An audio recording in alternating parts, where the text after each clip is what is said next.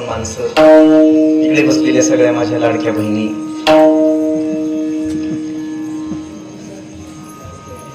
1,500ची वाट पाहत बसल्या, मिळणार आहेत, काळजी करू नका. इमानदारी करा. जे देत आहेत त्यांच्याशी इमानदारी ठेवा. माझ्या लोकनेते गोपीनाथराव मुंडे साहेबांचं वचन मला वाटतंय आदरणीय मुख्यमंत्री शिंदे साहेबांनी पूर्ण केलं. गंजल्या गांजल्या सगळ्या समाजातल्या लाडक्या बहिणी म्हणजे अख्खा महाराष्ट्र मुख्यमंत्र्याच्या बहिणी झाल्या. हे फार मोठं. पैसे जाऊ द्या बाजूला, पैशाचा विचार करू नका. मुख्यमंत्र्यांनी तुम्हाला सगळ्याला लाडकी बहीण मानलंय, हे काय कमी आहे? हे फार मोठं आहे. इकडे बघून हसू नका, इकडेच बघा. परवा दिवशी म्हणजे परळीच्या SBI बँकेमध्ये गेलो होतो, धोत्रासहित फाटून बाहेर आलो. सगळ्या लाडक्या बहिणी बँकेत. उद्या जातो, उद्या जा. माणसाला प्रवेश नाही, हो माणसाला प्रवेशच नाही, एवढी गर्दी आहे बँकेत. अजून फॉर्म राहिले भरपूर भरायचे.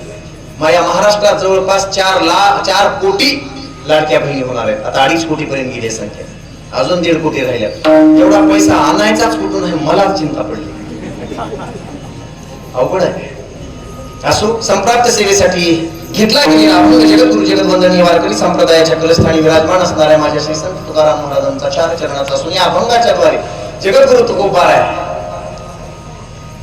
साधू कुणाला म्हणावं, संत कुणाला म्हणावं, काय असतात त्यांच्या अंगी लक्षण, या लक्षणांचा विचार या 6 चरणापैकी 5 चरण आपण करतात. आणि एवढे लक्षण सांगून आता याच्या पलीकडे अजून काय सांगू साधू बद्दल, याचा विचार आपल्या समोर ठेवतात. एवढंच लक्षात ठेवायचं आजच्या कीर्तनात. साधू कुणाला म्हणावं, एक लक्षात ठेवा. एखाद्याच्या गळ्यात तुळशीची माळ नसेल तरी तो साधू असेल. एखादा अवतावर नांगरावर आता कोठ्यावर म्हशीच्या जवळ झोपला असेल तरी तो साधू असू शकतो. पण या गादीवर उभारलेला सुद्धा एखादा राक्षस असू शकतो.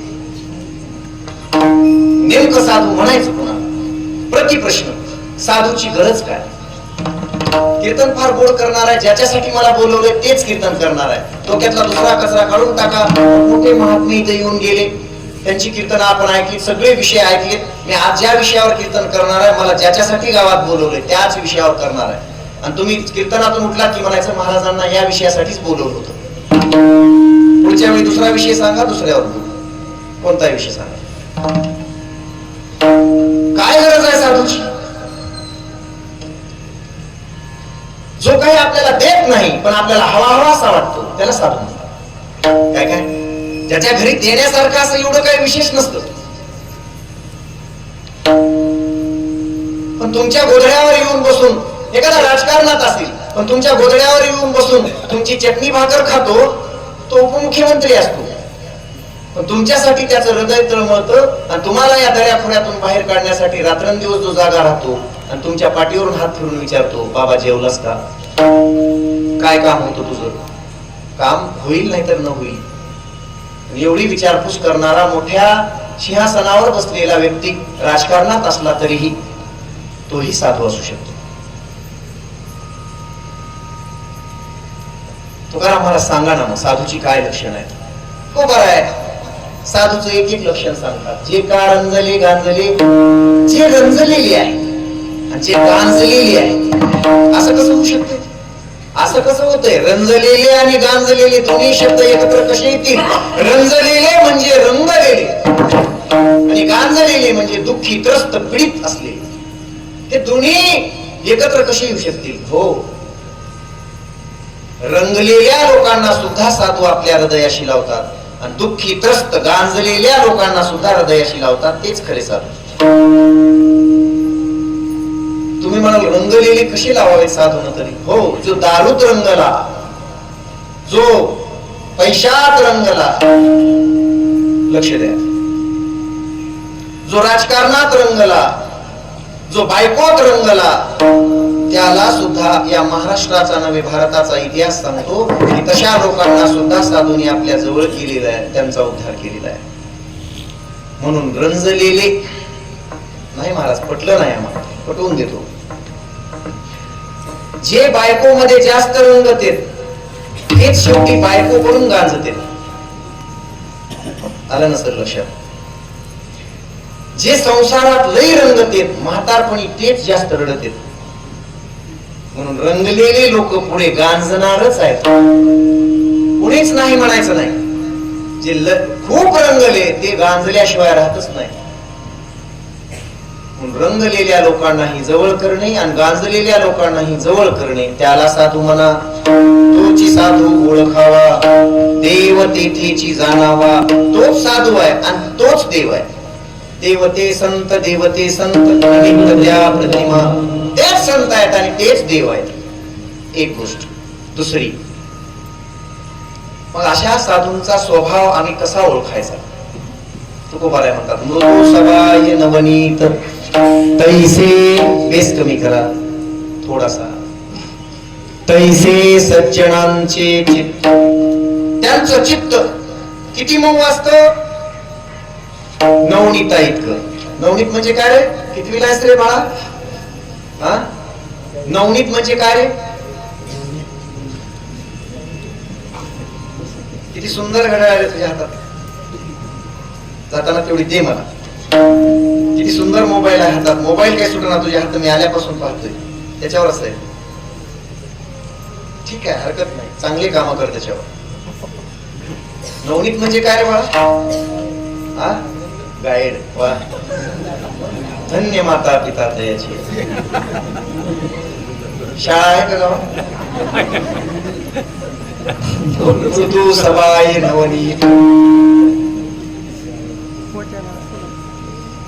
मोठ्यांकडे जातो कसं खांब्यावर. मृदू सबाय नवनीत. मृदू म्हणजे मऊ, अत्यंत मऊ. नवनीत याचा अर्थ आहे दिदी. दिदी माय माय सांगू लागलीस, सांग की. बर, असू द्या, जास्त अंत पाहत नाही. नवनीत म्हणजे लोणी. मृदू सबाय नवनीत. तिसरीचं पोरग होतं काल दादा. पोरं बाकीच्या गोष्टीमध्ये किती पुढे आहेत. नवनीत या शब्दाचा अर्थ आहे लोणी. तिसरीचं पोरग होतं, मारलं होतं मी आदल्या दिवशी त्याला खूप, शब्द पाठ करण्यासाठी. दुसऱ्या दिवशी येताना मी गेटवर उभा होतो आणि ते पोरग फार करामती होत. पोरं फार हुशार आहेत अलीकडचे. ते येताना टी शर्ट अडकिवले, त्यानं पाठीवर दप्तर अडकिवले. छोट होतं, 8 वर्षाचं, पण चड्डी नाही, पॅन्ट नाही, काही नाही, तसंच निघाले. करामती सांगतो पोरांच्या, किती हुशार आहेत. मास्तराला सुद्धा धडा शिकवणारे पोर आहेत ते छोटे छोटे. पॅन्ट नाही, चड्डी नाही, काही नाही, निघाले. त्याची आई ओरडत त्याला मागे, अरे खानदानाची इज्जत घालशील ना, चड्डी घालून जा की शाळेत. शाळेत कुठं असतात ते? म्हणला मम्मी तुला काही माहित नाही ग. थांबली, पप्पाला बोलवते. पप्पा आले तिकडून. पप्पाने सांगितलं शाळेत मागं फिर, चड्डी घालून जा शाळेत. ते म्हणला पप्पा तुम्हाला काही कळत नाही, बसा. आम्हाला दोघांना कळत नाही, तुला काय कळतंय? काही नाही म्हणले. ते महाराज मास्तर आहे ना, महाराज मास्तरानं काल लय मारले मला, आणि काल येताना सांगितलंय की उद्या जर तू हे 10 शब्द नाही पाठ केलेस तर तुझी चड्डीच काढून घेतो. तर घालून जायची नाही म्हणलं, काढून. विठाला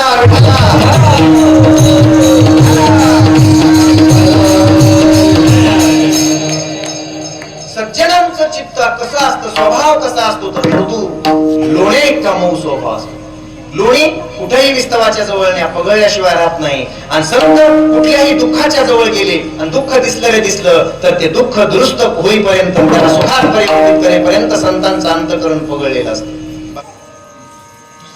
ज्याला तर भगवान बाबांची आवड आणि साहेबांची आवड आपल्यापेक्षाही जास्त, बुलढाण्याकडे या, नाशिककडे या, म्हणजे कळेल की आमच्यासाठी लोक, आमच्यासाठी म्हणालो मी, लोक या मंडपातून येताना अशा, मी पाहिलं अशा या 4वी 5वी 7वी 8वीच्या 10-15 मुली उभा करतात बाजूनं. आणि महाराज तिकडून आले, मंडपात पाऊल ठेवला की तिथून गुलाबांच्या पाकळ्यांचा सडा करतात आणि खाली गुलाब टाकलेले असतात. माझ्या भगवान बाबांच्या तिकडच्या जिल्ह्यातला भगवान बाबांचं काहीतरी सांगणारा महाराज येतोय. काय आवड आहे महाराज त्या बुलढाण्याकडे लोणार, तुम्ही जाऊन या एकदा.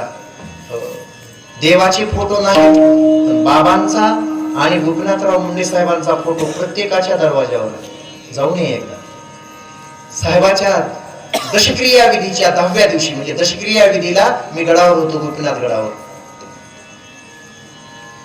कमीत कमी 100-150 तरुण हे सगळे डोक्याचे केस काढून मिशा काढून तिथं आलेले होते. मी म्हणलं हे कुठल्या तरी यात्रेचे दिसत आहेत. त्यातल्या विचारलं पोरांना मी,